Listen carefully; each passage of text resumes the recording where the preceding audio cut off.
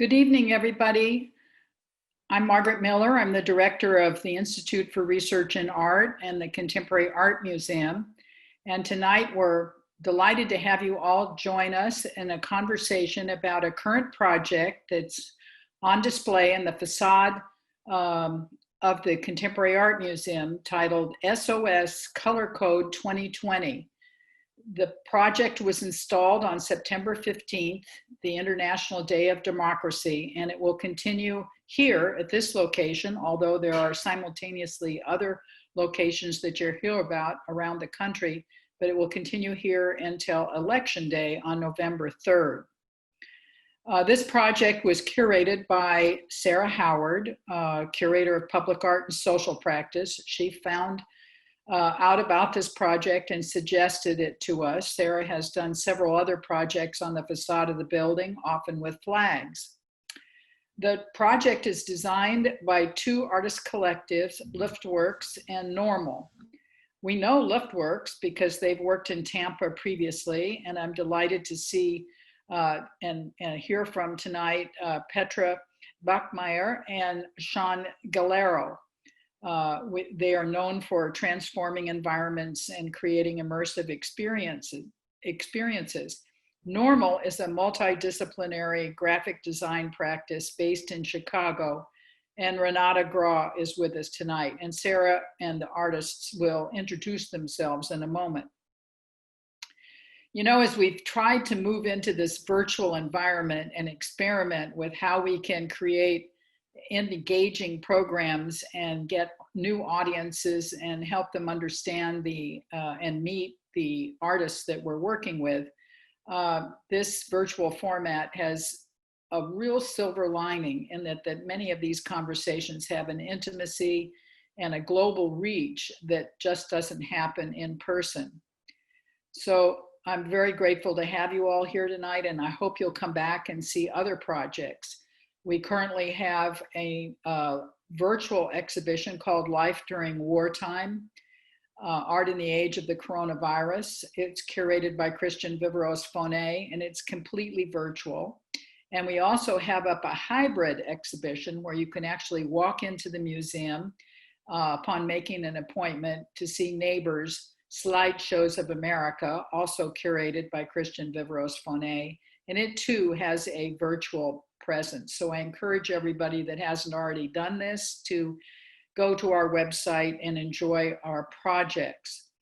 I want to thank the sponsors for this project. You know, it's so difficult in this environment to get funding to do extraordinarily interesting projects, which we're bound to do no matter what this virus, how this virus is inhibiting us all. So Stanton Store Embrace the Arts Foundation is the major sponsor, and we have a group of funders in Tampa for our outreach or our community engagement projects. We call them ACE funders. Tonight, Don Fuller is our new media curator, is going to help present images in conjunction with this conversation. And Mark Fredericks, executive assistant and communications specialist, helped put the images together, the PowerPoint together. And then we have this amazing Dave Waterman, who's our security guard and a voiceover actor, and he's been kind enough to pull the questions together for the question and answer period following the conversation. Ashley Jablonski is standing by in case we have a thunderstorm and our computers go out. So we have a backup.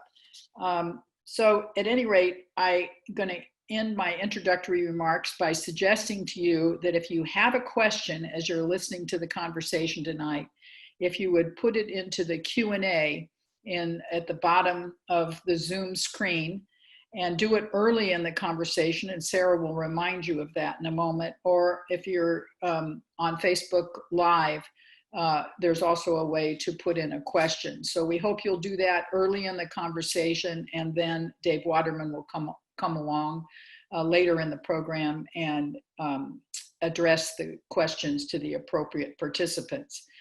So along with the 2 artist collectives. Sarah will introduce some of the other participants around the country that are also putting the flags up at their institution. So now it's my pleasure to introduce to you Sarah Howard, our curator of public art and social practice. Sarah? Hi, everyone. Thank you, Margaret. I appreciate it. I want to say thank you to everyone for joining us this evening, and it's wonderful to see you all here. While we're convening virtually from Tampa, Chicago, and beyond, I would like to take a moment to reflect and acknowledge the traditional, ancestral, unceded territory of the Seminole, Tocobago, and Calusa tribes' native lands that those of us on the Gulf Coast are learning, working, and organizing today. As a current occupant and legacy of the settler colonial state, it's important we recognize the inequitable structures and systems present in these spaces that act as barriers to racial, social, and environmental justice, and commit to moving beyond words and statements into action that embodies a commitment to human rights, justice, and cultural equity for all. Before we begin introductions and conversations with our panelists, I would like to encourage our viewers, as Margaret suggested, to add any questions you might have into the Q&A window on Zoom or the comment section on Facebook Live, and we'll be happy to get to those towards the end of our conversation. I would also like to echo Margaret's recognition and gratitude to the members of CAM's team who conjure all the magic behind the scenes to schedule, promote, and facilitate our programs and panel discussions. These conversations continue to provide valuable opportunities to connect with our community of artists, advocates, and you. And we couldn't do it without critical funding from our donors.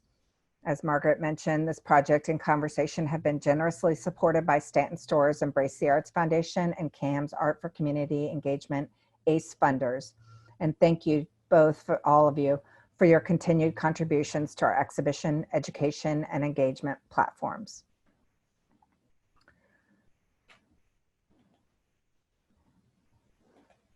USF CAM is, oh, sorry, I'm full screen there for a minute. USF CAM is honored to be a participating site for this SOS Color Code 2020, the flag project designed by Chicago-based artists and designers Lufwerk and Normal that serves as a signal for heightened awareness and help for humanity in crisis and champions democracy. Participation in this project expands the museum's recent curatorial focus, showcasing artist-designed flags in the public sphere. Elevated and able to weather all conditions, flags are potent public symbols signifying power, pride, allegiance, territory, and natural representation. In the contemporary art field, we've seen a number of artists harness this power to express passion and protest, social and political stances, and generate new meanings communicated through color and symbolic language. Most notably, in 1990, David Hammond's African-American flag subverts the representation of the American flag using red, black, and green colors of the Pan-African flag that was adopted by the Universal Negro Improvement Association and African Communities League in 1920. Hammond's flag asserts and expands the national symbolism of the United States with this history of colonialism, institutionalized racism, and the fight for independence. More recently, Dred Scott's 2015 flag, "A Man Was Lynched by Police Yesterday," created in response to the 2015 murder of Walter Scott by police in North Charleston, South Carolina, references and reimagines the NAACP's anti-lynching flag campaign of the 20s and 30s. Both of these works perform as urgent symbols of this nation's centuries-old history of violence against Black lives, Indigenous communities, and people of color, and prompt an imagining of new paths forward. In response to the 2016 US election, CAM was a proud partner in a coalition of arts organizations who participated in Pledges of Allegiance, a year-long series of 16 artist-designed flags commissioned by New York City-based public art agency Creative Time. Flown in public spaces across the nation, the flags generated awareness of critical global, political, social, and environmental justice issues, signifying renewed activism and demands for change against the backdrop of a deeply divided nation. As we continue to confront some of the toughest challenges of our lives, ignited by the devastation of the COVID-19 global health pandemic, which laid bare the systemic racism and inequality present in our health, economic, and social systems, to the outrage and public protests against state and racial violence, compounded by the ongoing threat of the climate crisis and anxiety about the stability of our democracy and election process, we continue to turn to the arts to find solace, inspiration, and historical reflections of humanity to forge new perspectives for our future. This is a testament to the power of the arts and artists to communicate values and aspirations, envision and navigate bold ideas that bridge cross-cultural divides, and generate public awareness to prompt change in the imagining of a better world. We are thrilled to have assembled an incredible group of panelists who are artists and experts in the field of public art and community space. And thank you to Sarah Ann Catherine Skaggs for her assistance in organizing the project and panel. So let's introduce our panelists. If everybody will please turn on their cameras, and we will be posting bios with links to each panelist's organization in the chat for reference and on Facebook in the comments. So let's start with introductions from Petra and Sean of Lufort. Thank you so much, Sarah. Thank you, and Margaret and the entire team of USF CAM for being a partner on our project and also for organizing this panel tonight. It's really wonderful to connect through this platform. And I'm Petra. I'm Sean, and we are a Chicago-based art studio, and we've been working in the realm of light and color for quite a while, also architectural interventions using video. And this project deals with a lot of color references, but also messaging. And so this is a somewhat different element for us, but something that we wholeheartedly embrace. Thank you. All right, and let's hear from Renita Graw, who's founder and creative head of Normal, and also a site participant for Color Code, SOS Color Code 2020. Hi, I'm Renita Graw. I'm a graphic designer based in Chicago. I run a small studio called Normal, and I'm delighted to be a partner site, but also an artist collaborator for the first time with this amazing artist duo that are dear friends, Luftwerk. Thank you. And next we have Dr. Lisa Yoon Lee, who's Executive Director of the National Public Housing Museum, who is also a site participant for the Flag Project. Hi, everyone. Good evening. I'm so happy that you're joining us tonight. Yeah, and so I'm a cultural activist in Chicago and really happy to be a partner. And I can't wait to start talk about how this project has really spoken to so many people in our stakeholder community. Great. And we also have Courtney Lederer, who's founder and director of CNL Projects and Art in Place, and also a site participant. Hi, Courtney. Hi, thank you so much for that introduction. Again, my name's Courtney Lederer, and I am a partner here, a host of these incredible works, and I just feel really honored to be participating. My organization works to provide artists and organizations with a platform to design impactful art experiences and really push for the value of culture and advocate for the value of culture and art in our everyday lives. So this project has been really, again, I'm super honored to be a part of it and happy to be here tonight with everyone. Thank you. Okay, so let's get started. So initially for Petra, Sean, and Renata, the SOS Color Code 2020 Flag Project evolved out of a site-specific installation created in the fall of 2017 for the Cleveland Carney Museum of Art. And I'm done sharing some images of this installation. What inspired this installation and the exploration of SOS visual code? And I'm also curious about how the collaboration with Renata came about. Color Code in 2017 was created in response to the first year of the current president in office. And at that time, we already felt highly alarmed and unsettled how common truth and decency started to deteriorate. And we felt compelled, like internally, we were just thinking, save our soul, save our spirit. And being artists, we obviously really love working with color, and we find deep inspiration in color theory. And when we look at Johannes Itten's color theory, and he creates these plates that reference complementary colors. And so we like the color plates and connected it with code. And the dots and the dashes are a reference of Morse code. It's a SOS. And this SOS was illuminated with color changing light, creating a dynamic feel, but also a contemplative environment. And we felt like we wanted to create an environment that allows people to reflect on their own distress at the time, but also be in a safe environment with this exhibit. And, you know, we have worked with Renata on so many projects, and Renata and Norma is an integral part with all of our exhibits. They always make us look good through the graphic design they add. And also for color code at the Cleve Carney, Normal designed the poster, the invite, and was really from the beginning of the exhibition part of following our journey.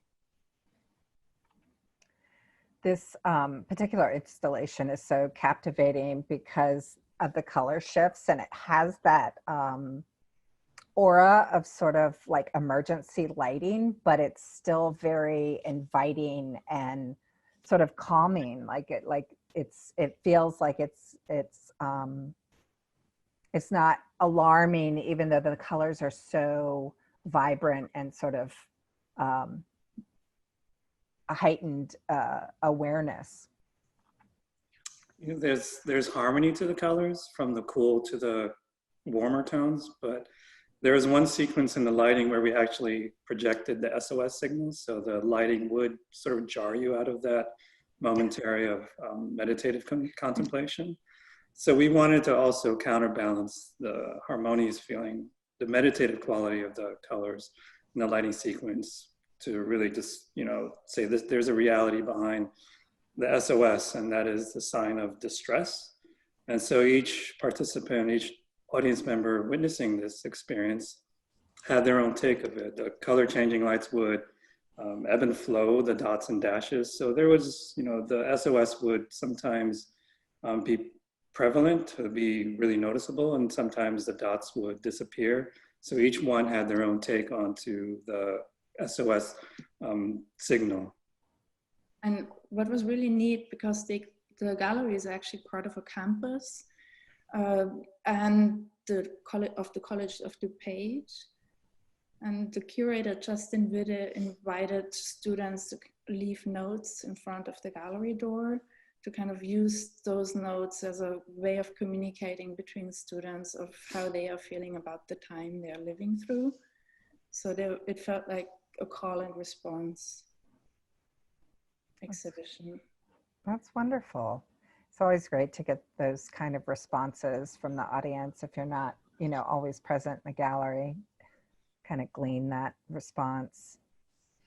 So following this first iteration of the project, how did you settle on the project for the format of the flags? So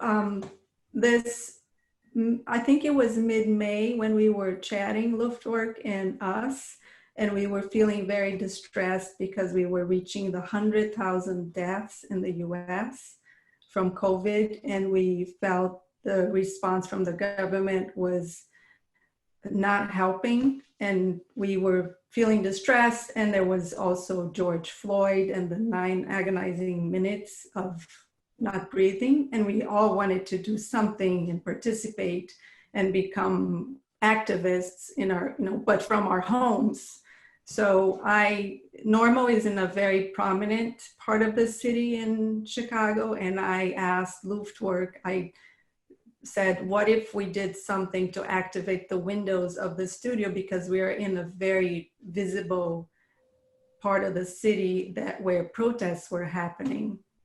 And so we did talk a little bit back and forth, and they proposed bringing back the Morse code and the SOS, and flags, I think, became the obvious choice for both Luftwerk and me, because flags signify affiliation, but they are becoming symbols of division because they talk about borders and nations.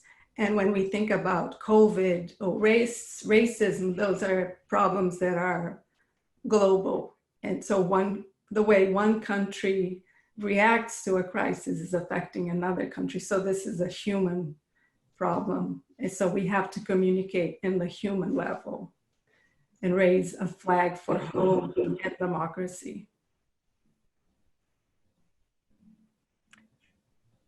And so did the meaning shift at all for the project when it took on this new sort of format and was out in public space?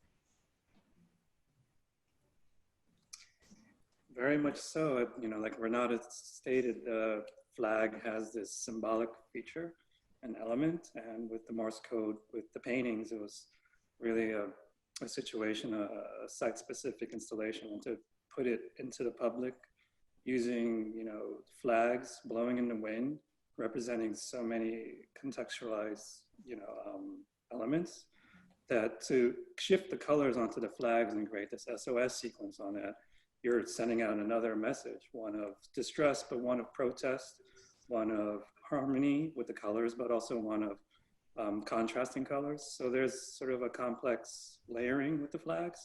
They do say SOS, but in reality, it's really about the community. Like, where do we place the flags, and who holds the responsibility and the sort of citizenship to raise a flag for, you know, respect, for love, for compassion.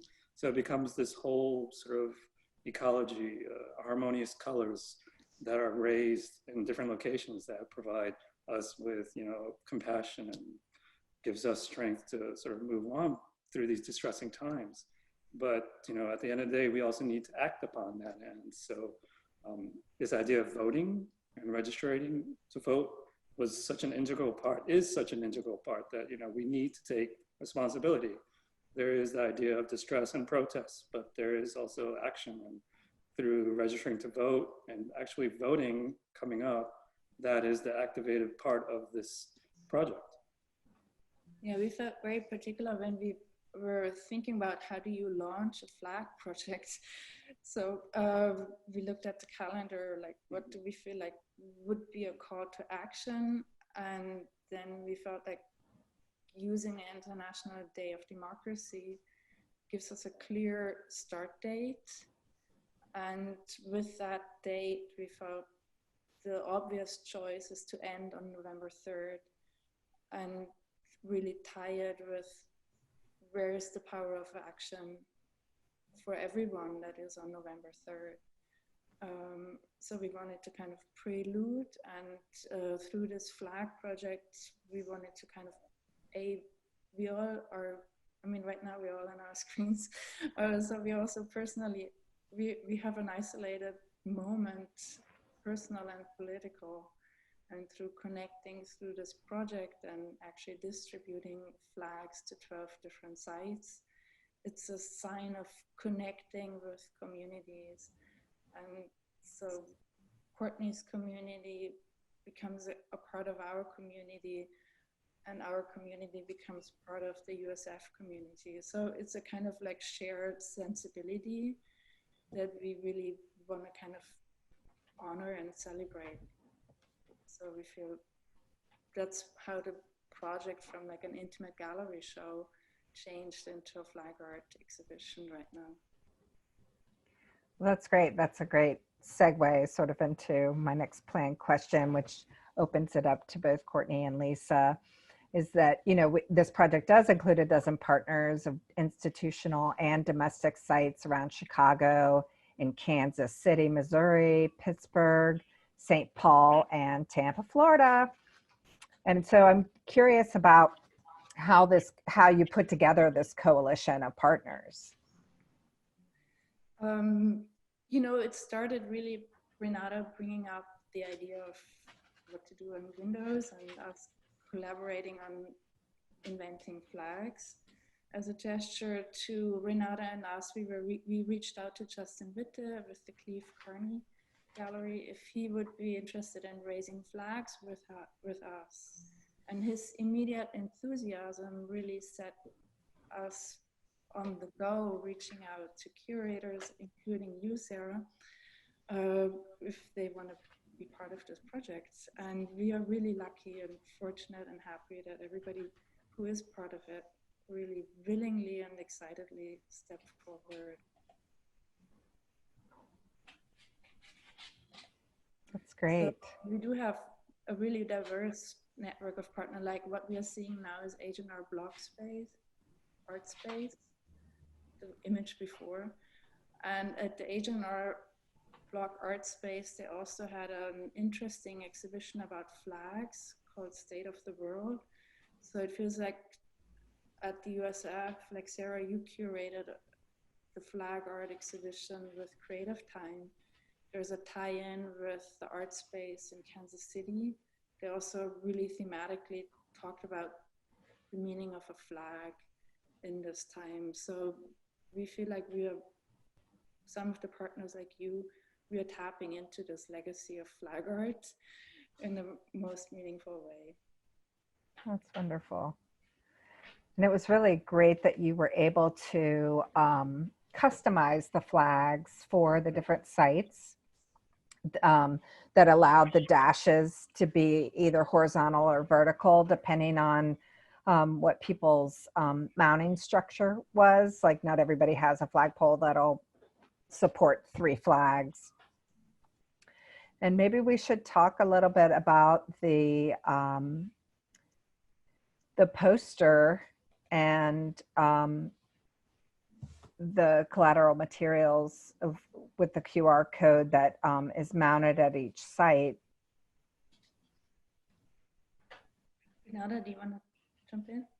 Yeah, I can jump in. So we had a poster that was designed for 2017, and we thought we should reuse it because it connects to this 2017 project that Luftwerk did. We, of course, had a different meaning in a different text, but we wanted to add this QR code and the link for people to vote, learn how to vote and activate. So if you point your phone to the QR code on the poster, it takes you to the website that is a nonpartisan website. You can type in your state and it gives you instructions on how to vote in your own state, how to register, what to do.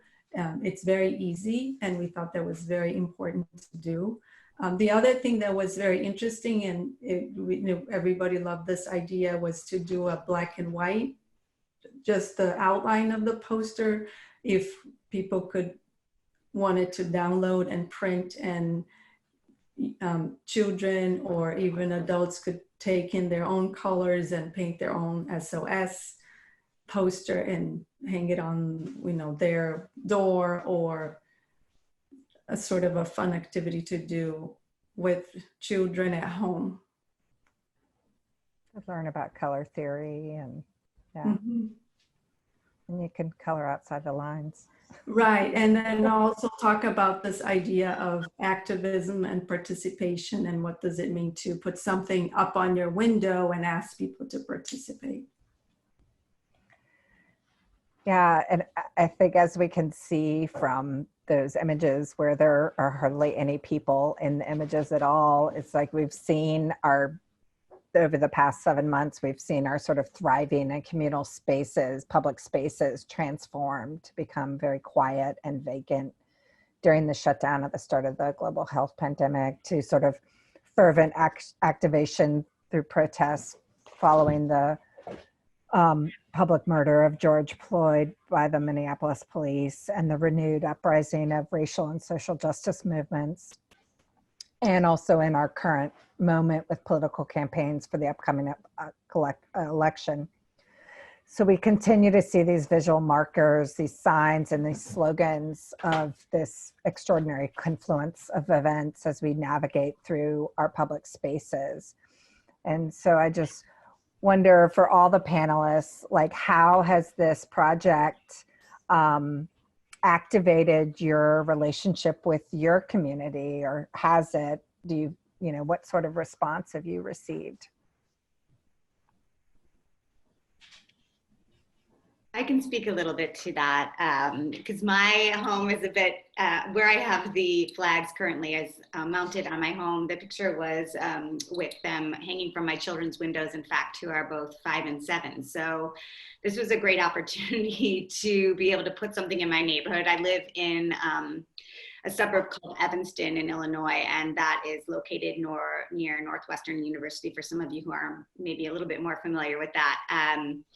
So, you know, I had the opportunity to start during the pandemic a platform called Art in Place, and Art in Place was inviting artists from all over the world to participate in placing art outside their home in some capacity. So there was already this beginning of using my home and the domestic space to connect with people in community. And my house is often, I have another work by another artist hanging in my home. And so my home is starting to become recognizable for this type of, I guess, work. And my community is loving it. And when I put those flags up, I think they are the colors and the dynamic sort of nature of them being flags captivates a lot of attention, right? Yes, we are not seeing like the children running around as much as we have normally, but folks have stopped me and asked me what they're for. And I have the stands and the placards, you know, standing outside my home, which is not typical, not something you necessarily see outside someone's home. So they're stopping, they're asking, what is this about? And I've had the opportunity to engage with my neighbors and connect with people. And I think this moment, it's so hard to experience art outside the virtual, and this project, SOS Color Code 2020, really allows us to step outside that moment, to see color in, you know, for our community to actually see these colors, to see something tangible and find a way to be able to ask questions and talk together. So I feel really excited about that with my most immediate community and thinking about how we can make change. And on another note too, I was able to download those beautiful you know, the the papers to basically share with my children and ask them to really think about, you know, what it means, what all of this means. How would you design a flag? What colors would you choose? And some of the conversations that came out of that were, I want to design a rainbow because rainbows encompass everything. And I want to be able to unite other folks around us and get people excited of something beautiful. And so I think, you know, those conversations are leading to real action and thought. And that's what wonderful artists and designers do. And so I feel, again, really honored and privileged to be able to participate in this project in that capacity. And Dawn, I think we have some images from Courtney's site that we can share, and maybe Lisa can share with us how her site, the community has responded, because it's a very different type of site. Yeah, I love seeing those images that will come up soon of Courtney's children sort of coloring in and just being so engaged in this project. So at the National Public Housing Museum, we are the first cultural institution that is dedicated to interpreting the history of the American experience of public housing and also continuing the struggle for housing as a human right. And for those of you who have any familiarity at all with the history of public housing, it is a story of displacement and also a story of urban renewal, where public housing residents are really in a kind of diaspora now. And so the idea of what it means to sort of fly a flag and sort of stake a claim on territory is really conflicted and complicating. And I was immediately drawn to this project because of the way, as you mentioned earlier, Sarah, how it sort of subverts and it challenges and appropriates something which for many people has a lot of painful and historical sort of, connections with genocide, with settler colonialism, with sort of staking a claim on land and territory. And it flips the scripts and asks us to sort of reconsider what it might mean to sort of claim this symbol for a sort of global humanity, right? And so I have to say that I was just like, I love the idea of sort of flags that were more about something universal, filled with collective joy and color. And then the fact that it was sort of an SOS sign was just so incredible, because in all of the conversations in public housing communities, and especially in this moment of global uprisings, there's been a kind of conversation, right, about what does it mean when we send out an SOS, literal or metaphorical? Who is it that we imagine coming to offer assistance to us, right? It's definitely, for example, not the police, which for communities of color have not provided safety or security. And certainly just for myself as a feminist, it's not like I'm sending out a SOS for like a white knight on a horse.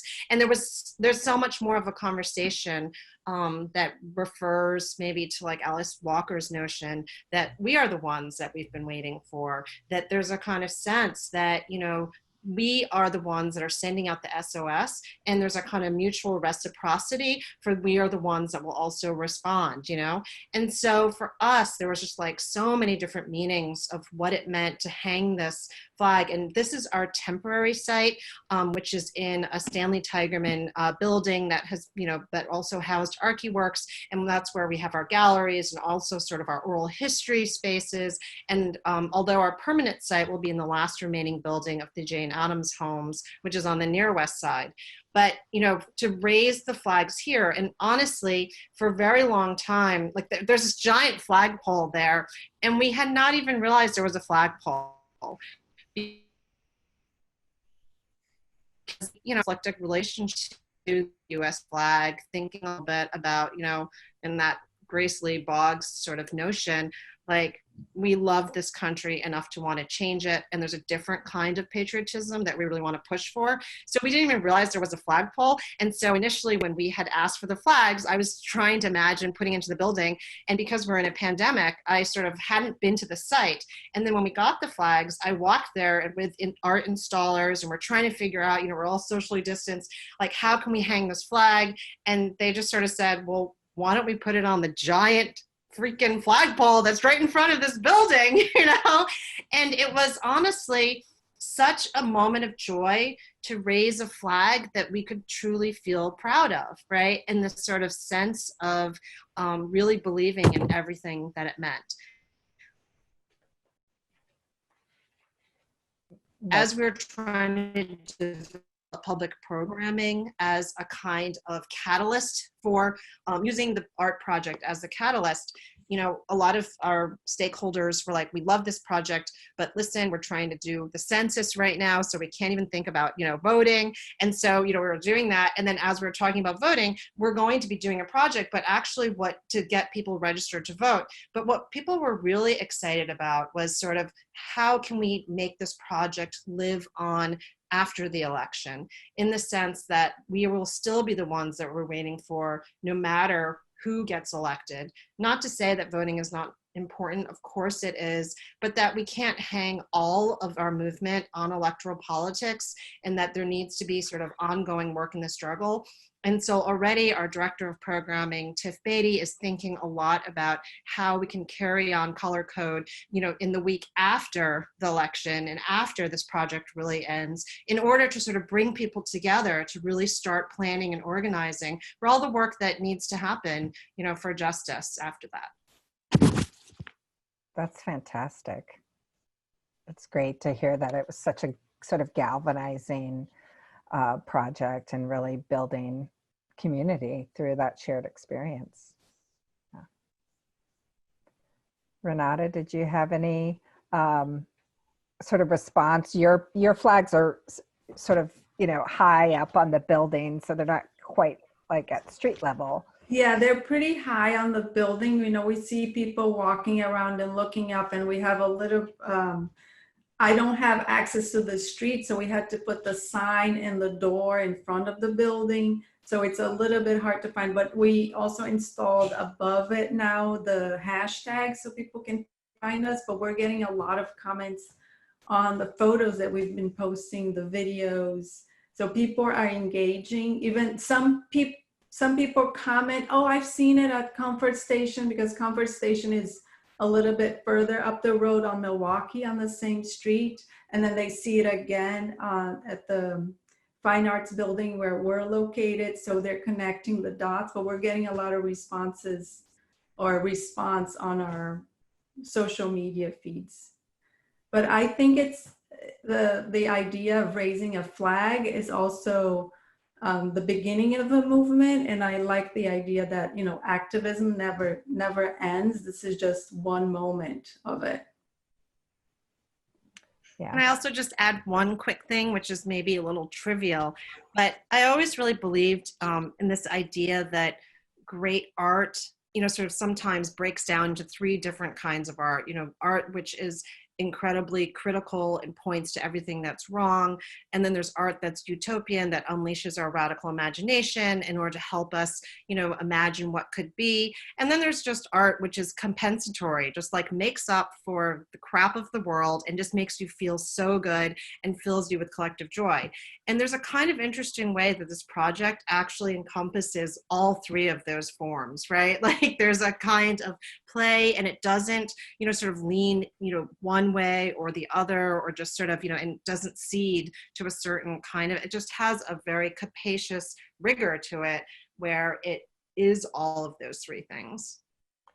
That's such a great insight, and, you know, maybe speaks to sort of the universal nature of this, tapping into this kind of code and this, the universal sort of appreciation of color, right?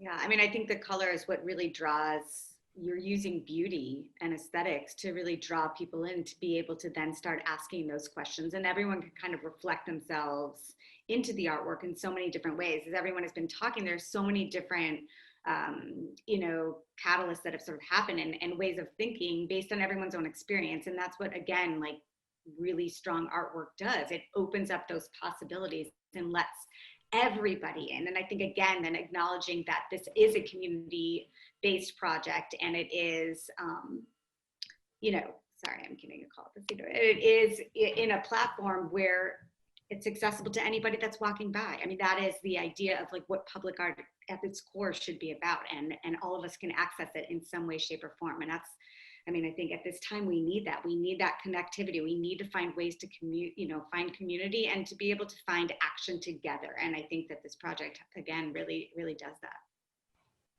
Yeah, and the democratic nature of it on so many levels. Yeah, it's great. And then we talked a little bit about this, Renata brought up like the role of social media and how this is sort of, it's brought the partners together. We've all been able to sort of comment and like and tag each other, but it also helps expand the project out into the, you know, the role of Instagram and Facebook, and for cities that don't have an installation in their town. And so it's been great to be able to connect with all of your institutions and the other partners through that, that powerful engine of social media. Yeah, I maybe want to like disagree a little bit with something that Courtney said too. I'm just wondering, because when you said it, I also like started thinking about like also this idea. You cut out, Lisa. And it is, but it's not like a happy universalism that just like paints over differences or anything, right? Because there's a way that you could have just made flags that said SOS, right? But the kind of coding of it gives it a kind of opacity, which is not necessarily bad, right? Like a lot of sort of social movements have relied on that kind of opacity in order to like avoid surveillance, in order to like avoid sort of detection. And so I sort of love the way, and so I'm not really disagreeing with you, Courtney. I'm just saying that it's more that it's coded also, right? Which adds a different kind of level and curiosity, because you're not just going to automatically know what it means initially. And it demands of the viewer a kind of curiosity and invitation in order to learn more, which I also just really like about it, you know? This is just like one big civic crush on Renata and also Petra and John's piece. But like it is just, I mean, there's a lot of different layers, I think, that sort of come out, because it's not like initially when I showed it to public housing residents, they're like, oh, I get it. It's always like, like I like it, but do I get it? And then, you know, it's an invitation to sort of learn more. Yeah, I like it. What is it? Yeah. Yeah. I think we wanted to, because there were so many things that were affecting us and afflicting us. We wanted this message SOS to be relatable to different people. What are you feeling? What are you stressed about? And, you know, some people are more stressed about some issues than other issues. So it needed to be a little bit open-ended. And SOS is actually a form that's, you know, it's outdated. No one uses it except for like maybe the Navy. So to bring it out into, you know, the public sphere and to remind people that there is a distress signal and that you should use it, and that there is also protests involved, but also, you know, call and response, so that, you know, if you are in distress, that we know you're in distress and that we can act upon it, so that this language, this code becomes alive again, so that, you know, it doesn't you know, necessarily stay at sort of one element or one part of a field, that it's sort of, it's part of the greater social aspect. Yeah, we wanted to keep it like a little bit of a mystery, like what are these beautiful, colorful flags? What do they represent? And then you do have to read about it, or you do have to inform yourself what it means, and then you connect your own story to this symbol. And that's where we think it gets interesting. You know, we could have gone for a design that would be much easier to grasp, but then it would be like a national flag that you know how to identify very quickly. And I think what we want to ask is really about figuring out your own identity and calling upon a human response of like calling for humanity rather than calling for a national identity.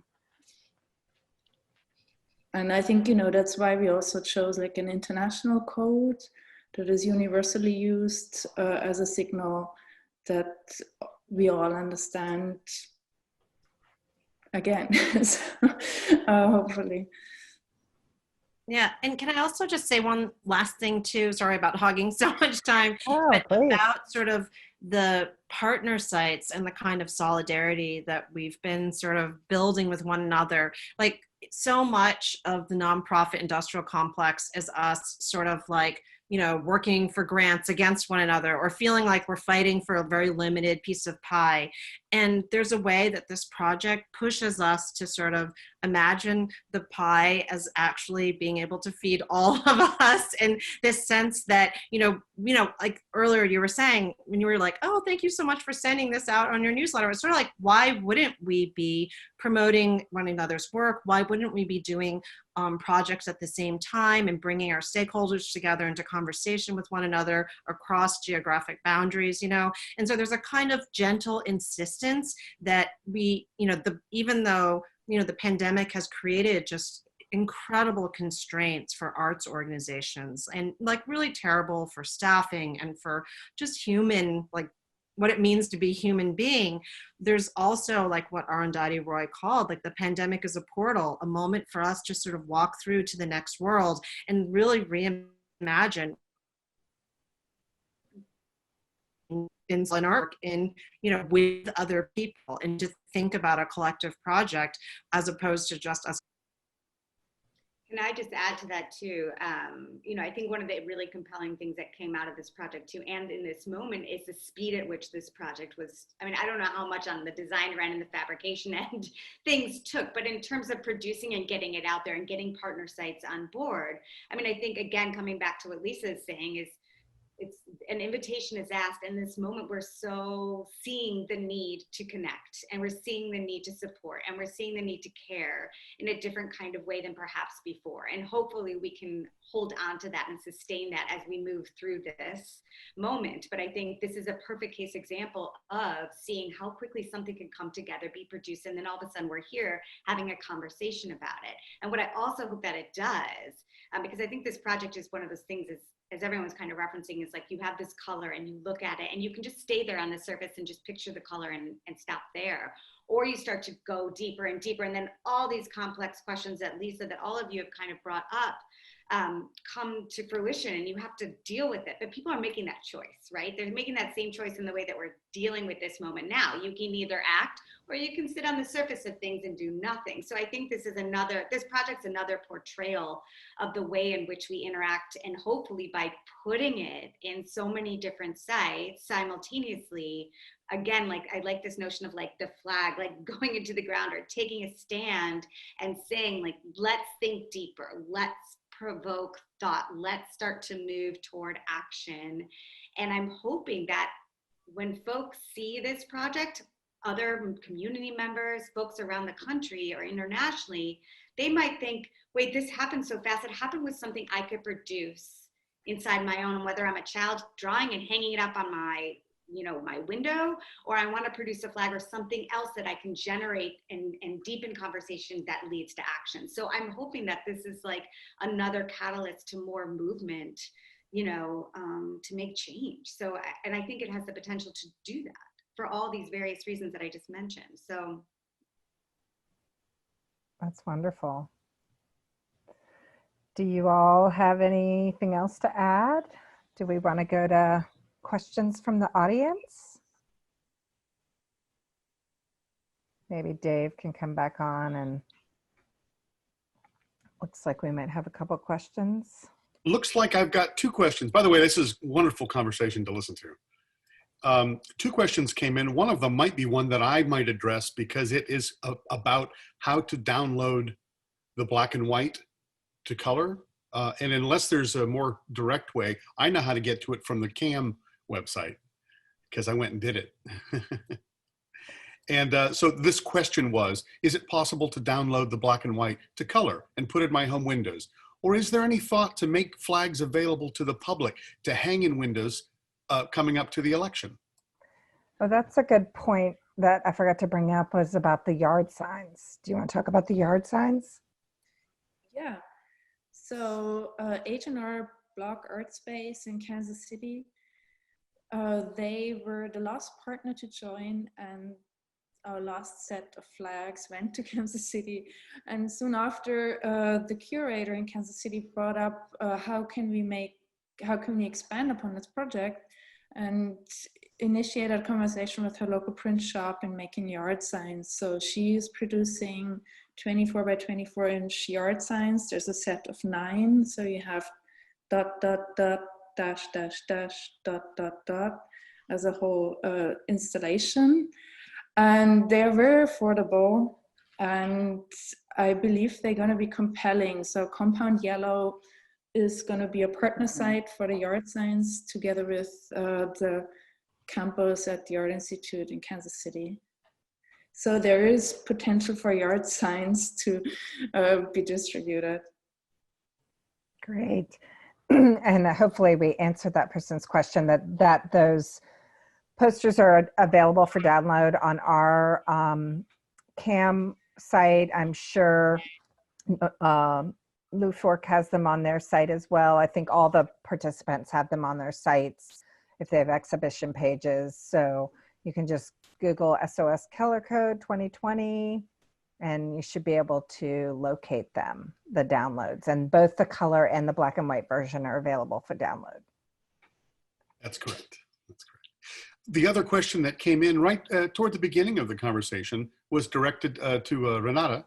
And the questioner asks I'm curious how Renata feels about usually working in 2D design, and for this project having to consider an animated object.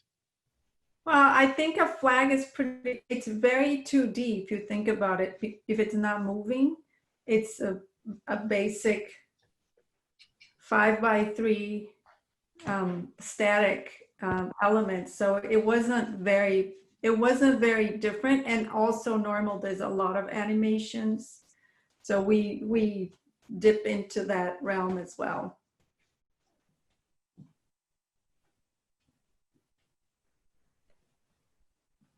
Great. Those were the questions I had, although we do have a couple of hurrah to the yard signs. And thank you for bringing this project to Tampa. That came in as comments on the Facebook Live feed as well. Yeah, we were really delighted to be able to mount this exhibition. I've been thinking a lot about public spaces when we were all in the shutdown about, and a lot of different arts organizations and collectives were doing, wheat pasting posters and kinds of things. And, very few of us were out, navigating these spaces. We had, healthcare workers and essential workers were, the main people that were still moving around, except for like maybe a walk around your block or your neighborhood or something. And our campus had been very quiet, and it was just great to add this pop of color on our facade. And I was telling Petra earlier how yesterday was sort of our first fall day, meaning that the temperature went under 80 degrees, so it felt cool, and we had a nice breeze, and it was just so great to see the flags just animating and whipping around and flapping and showing both our dots and dashes, and it really does add an element to our facade. And even though we don't have a lot of people on campus right now, or as we're in a hybrid mode, this is on a main thoroughfare, and so people can see it when they're driving by or walking into the main quad of campus. So we're really delighted to have it up.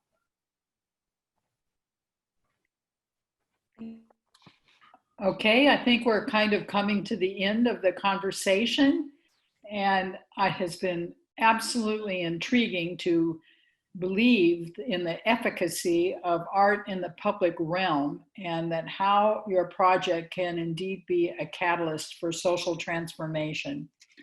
I love to hear from Lisa Lee from the National Public Housing Museum, what your ambitions are and how you're working in your community, and how this project that had the duality of being beautiful and engaging also had a sort of sub rosa aspect to it that brought people into the project as they inquired about what the forms really mean, SOS, and this notion that we're indeed at once sending out SOS messages as with this confluence of so many pandemics all upon us at once, and this concern that our democratic institutions are being dissolved.